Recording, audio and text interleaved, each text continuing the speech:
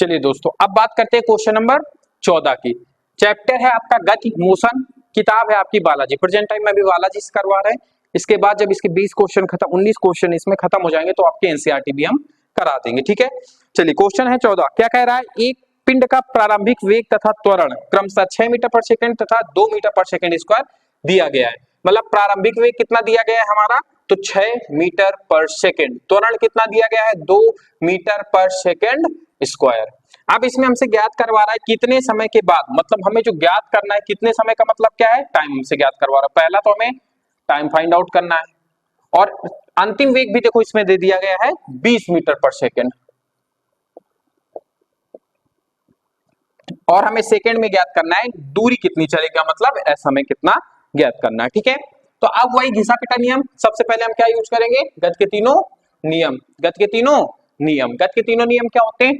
v बराबर u plus eighty, s बराबर ut plus half eighty square, और v square बराबर u स्क्वायर प्लस 2as। ठीक है, यहां तक बात समझ में आई? तो इसमें कौन सा समीकरण लग जाएगा t निकालने के लिए? प्रथम समीकरण लग जाएगा। क्यों? क्योंकि हमारे पास अंतिम वेग है, प्रारंभिक वेग है और त्वरण है। t हमें निकालना है, प्रथम समीकरण लग जाएगा। तो क्या लिखेंगे? गति के प्रथम नियम से। अब गति का प्रथम नियम क्या कहता है? v बराबर u प्लस एटी, अंतिम वेग कितना है? 20, प्रारंभिक वेग है 6, त्वरण हमें दिया गया है 2 और टाइम हमें निकालना है। अब ये जब 6 इधर आएगा तो कितना हो जाएगा? 20 माइनस 6, 2 इंटू टी, मतलब 14/2, और ये टाइम कटेगा तो कितना निकल के आएगा? 7 सेकंड। तो समय हमारा कितना निकल के आ गया? 7 सेकंड का। यहां तक बात समझ में आई आपको? चलिए अब हम सेकंड में निकालते हैं s। अब हमारे पास टाइम है, त्वरण है, प्रारंभिक वेग है, अंतिम वेग है। हम द्वितीय समीकरण लगा देते हैं। कौन सा समीकरण? द्वितीय समीकरण। तो क्या लिखेंगे? गति के द्वितीय नियम से। गति के द्वितीय समीकरण से। गति के द्वितीय समीकरण कहते हैं s बराबर ut plus half eighty square. तो s प्रारंभिक वेग कितना था हमारा? 6, समय हमने कितना निकाला? 7 सेकंड का।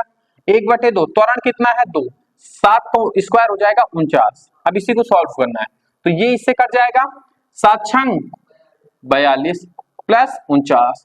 तो इसको हम जब जोड़ेंगे तो कितना आ जाएगा? 91 मीटर।